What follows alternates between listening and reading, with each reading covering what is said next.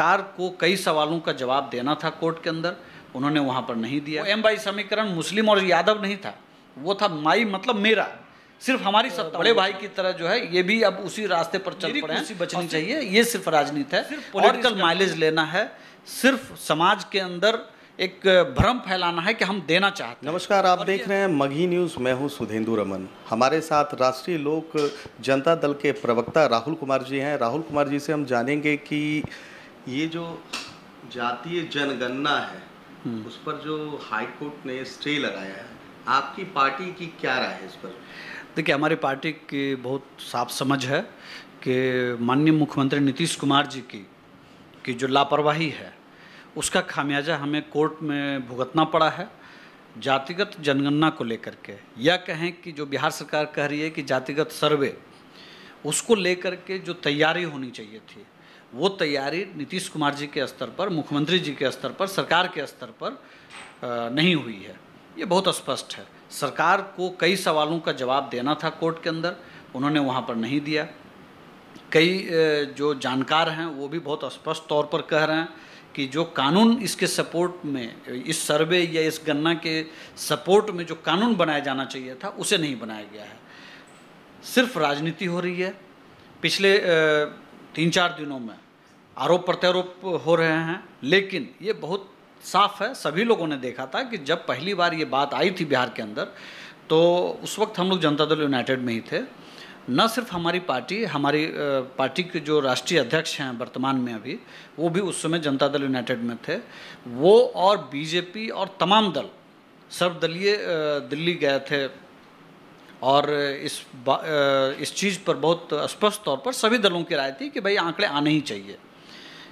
लेकिन उसके पीछे जब आप किसी चीज़ को जब आप नए सिरे से कर रहे होते हैं तो उसके पीछे जो एक कानूनी सपोर्ट होना चाहिए, जो फैक्ट हम लोग को चाहिए, उसके सपोर्ट में जो कानून होना चाहिए था, उसको लेकर के हमारी सरकार, जो बिहार की सरकार है, वो लोगों को अंधेरे में रखने का काम किया।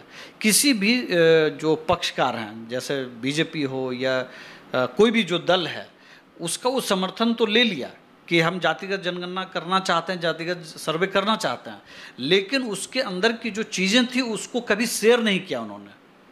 अब तो ये भी बातें आ रही हैं कि कई पार्टियों ने कहा था कि इस पर कानून बना देना चाहिए, लेकिन उन्होंने नहीं बनाया। और एक बात मैं बहुत स्पष्ट तौर पर समझता हूँ, कई अवसरों पर यह महसूस किया गया है कि जब कभी भी आरक्षण से जुड़ी हुई चीज़ें आती हैं तो कोर्ट का रुख अलग तरह का होता है।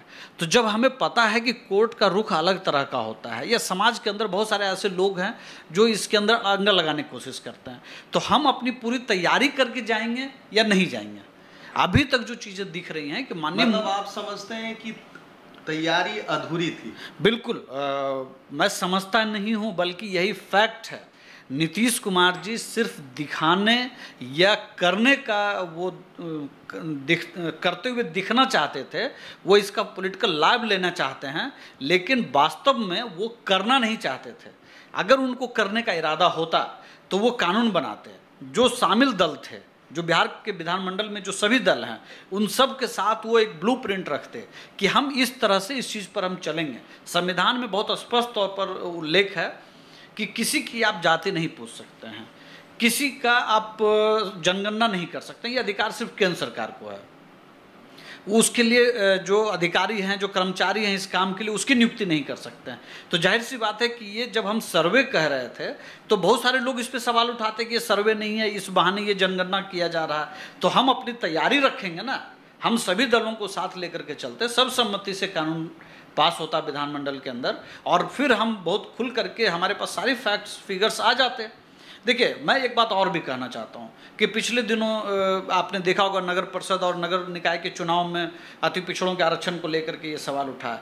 कोर्ट कई बार ये सवाल उठा चुका है कि कोई भी जब आप कानून बनाते हैं, या कोई भी जब आप अधिकार देते हैं किसी को, या कोई फेरबदल करते हैं, या कोई आप राजनीतिक लाभ के लिए अगर आप कोई कदम उठाते हैं, तो आपके पास आंकड़े हैं क्या? कोर्ट भी ये सवाल पूछता है। तो आंकड़े जुटाने तो जरूरी है।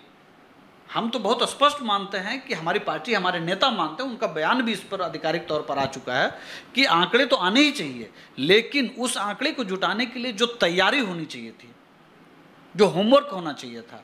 और अंत में मेरी एक बात कि अगर विरोधी सक्रिय है, बहुत सक्रिय है, जैसा कि ये कह रहे हैं कोई यूपी के गाजियाबाद का किसी ने दे दिया, या और भी कई लोग हैं जो पर्दे के पीछे से मान लीजिए ये आरोप लग रहे हैं, वो खेल तो हमेशा चलता रहा है, सह और मात का खेल हमेशा चलेगा। लेकिन आपका जो महाधिवक्ता थे या आपके जो और कानूनी पैनलिस्ट में थे, उन्होंने तैयारी क्यों नहीं की? जो कोर्ट ने सवाल पूछा, 3-4 तरह के सवाल पूछे, उन सवालों के जवाब उनके पास क्यों नहीं थे? तो ये गंभीर मसला है ना। आपको अगर इतना बड़ा कदम उठाना है तो आप बहुत आसानी से देश के जो टॉप 5-10 जो लॉयर्स आते हैं उनकी टीम आप बना सकते थे। सरकार अपनी पूरी ऊर्जा उसके पीछे लगाती कि हाईकोर्ट के किसी भी सवाल को या किसी भी कॉर्नर से कोई सवाल आएगा उसका हम मुकम्मल जवाब दे पाएंगे। ये जवाब उन्होंने नहीं दिया।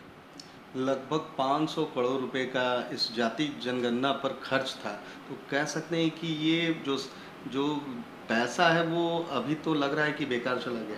नहीं, बेकार नहीं चला गया। मुझे लगता है कि सरकार को इस पर मुकम्मल तैयारी करनी चाहिए, कोर्ट को संतुष्ट करना चाहिए। जो भी सवाल उनके इनसे जो संविधान सम्मत जो सवाल उठाए गए हैं उन सवालों के जवाब देने चाहिए। जो कानून बनाने का जो काम है उसको करना चाहिए। और मुझे लगता है कि इस पर राजनीति ज़्यादा हो रही है, करना किसी को कुछ नहीं है। पिछली जो सरकार थी, लालू जी की जो सरकार थी, वो कहते हैं कि हम सबको सामाजिक न्याय देने का काम किया, लेकिन उन्होंने M/2 समीकरण वो लेकर के आए। वो M/2 समीकरण मुस्लिम और यादव नहीं था, वो था माई मतलब मेरा, सिर्फ हमारी सत्ता होनी चाहिए। और हमारे मुख्यमंत्री जी का भी बड़े भाई की तरह जो है ये भी अब उसी रास्ते पर चल पड़े हैं और सिर्फ मेरी कुर्सी बचनी चाहिए, ये सिर्फ राजनीति है। और इस गठबंधन के अंदर जो दूसरी पार्टियाँ हैं, अगर इरादा बहुत साफ है, आप बीजेपी पे बहुत आरोप लगा रहे हैं या विपक्ष पर आप बहुत आरोप लगाते हैं, तो मैं बहुत स्पष्ट पूछना चाहता हूं, नीतीश जी विपक्षी एकता के लिए पूरे राज्य में, पूरे देश में घूम रहे हैं। क्या वो छत्तीसगढ़ में, राजस्थान में, हिमाचल में जातिगत जनगणना को लेकर के कांग्रेस से कोई बात किए हैं? और अगर किए हैं तो उनको खुलासा करना चाहिए कि उनकी क्या बात हुई है।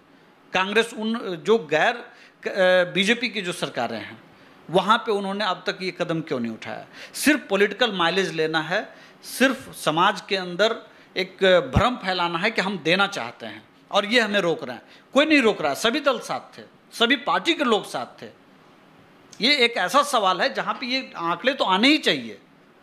आपके राष्ट्रीय अध्यक्ष पर ये आरोप लग रहा है विपक्ष की तरफ से कि हर एक मंदिर के वो दरवाजे पर जा चुके हैं, वहाँ घंटी बजा चुके, लेकिन कोई उनकी सुनने वाला नहीं है।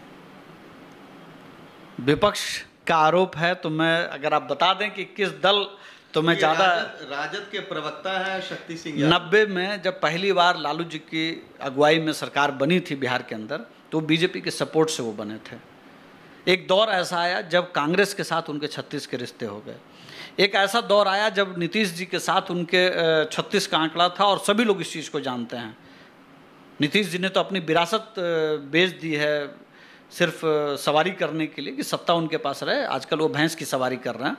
तो वो जदयू को गाली देते थे, जदयू नेता को गाली देते थे, आरजेडी के लोग, लालू जी का परिवार, और वो आज उन्हीं के साथ सरकार में है।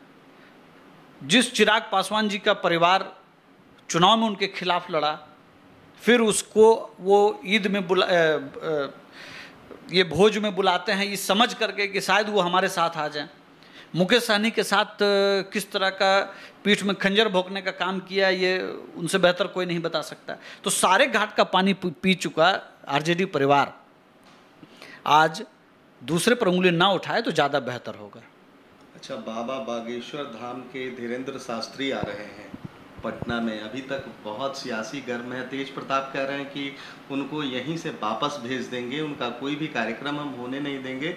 यहाँ तक कि राजद के प्रदेश अध्यक्ष जगदानंद सिंह ने कहा कि ऐसे ढोंगी बाबा को जेल में होना चाहिए। देखिए, इसमें 2-3 चीज़ों को समझना चाहिए।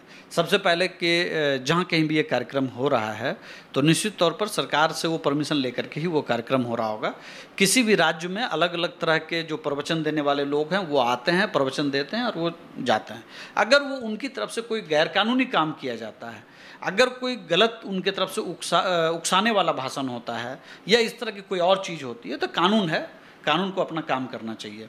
रहा बात तेज प्रताप यादव जी का, तो क्या तेज प्रताप यादव जी सरकार को ये चैलेंज कर रहे हैं कि कानून ठेंगे पर है?